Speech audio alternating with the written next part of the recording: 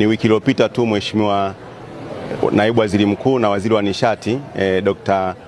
Doto Mashaka Biteko alizindua mkakati wa kitaifa wa mawasiliano wa nishati safi ya kupikia.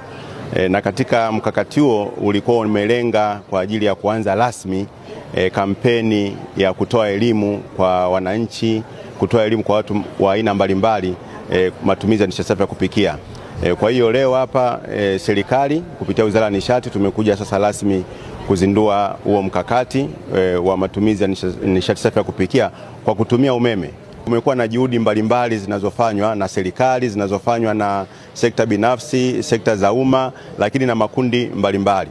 Na ndio maana leo sasa hapa tumekuja rasmi kuanza ile kampeni sasa ya matumizi ya nishati safi ya kupikia lakini kwa kutumia umeme. Kupitia kampuni ya MEX ambayo wenyewe inahusika na masuala ya nishati safi ya kupikia kwa kutumia umeme, wanaanza rasmi sasa kutoa elimu katika mikoa yote ya Tanzania.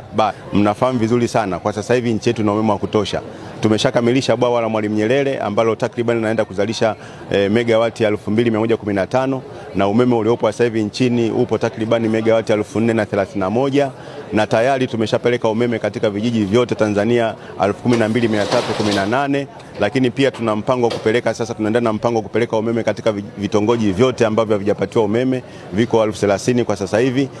Kupitia mikakati hiyo sasa tayari umeme matumizi ya nishati safi ya kupikia tumezoea mitungi ya gesi, tumezoea mkaa poa, tumezoea na teknolojia mbalimbali, lakini sehemu kubwa ya wananchi na hasa wa Tanzania bado hawajakuwa na uelewa kwamba umeme pia ni nishati safi ya kupikia, ni salama kupikia, lakini pia umeme ni gharama nafuu.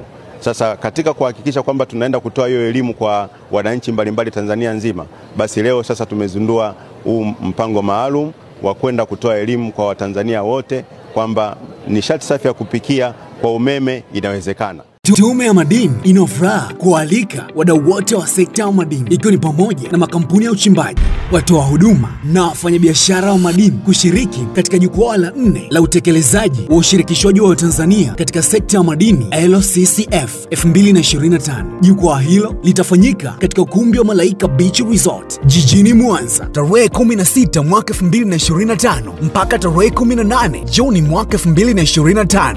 Muda ni kuanzia saa 2 asubuhi na mgeni rasmi atakuwa ni Waziri wa Madini Mheshimiwa Anthony Peter Mavunde. Kauli mbiu ni ongezeko la ushirikishwaji wa Tanzania katika sekta ya madini, chachu ukuaji wa uchumi Tanzania. Jukwaa hili litajumuisha mawasilisho, midahalo, mafunzo, maonesho mbalimbali kutoka taasisi, serikali, makampuni ya madini na watoa huduma migodini. Kushiriki, tafadhali jisajili kupitia link ya rcforum.tumemadini.go.tz au wasiliana na ofisi kupitia barua pepe ya local@tumemadini.go.tz au piga simu namba 0658050500. Mwambie jirani au mwambie jirani kuwa nyote mnakaribishwa.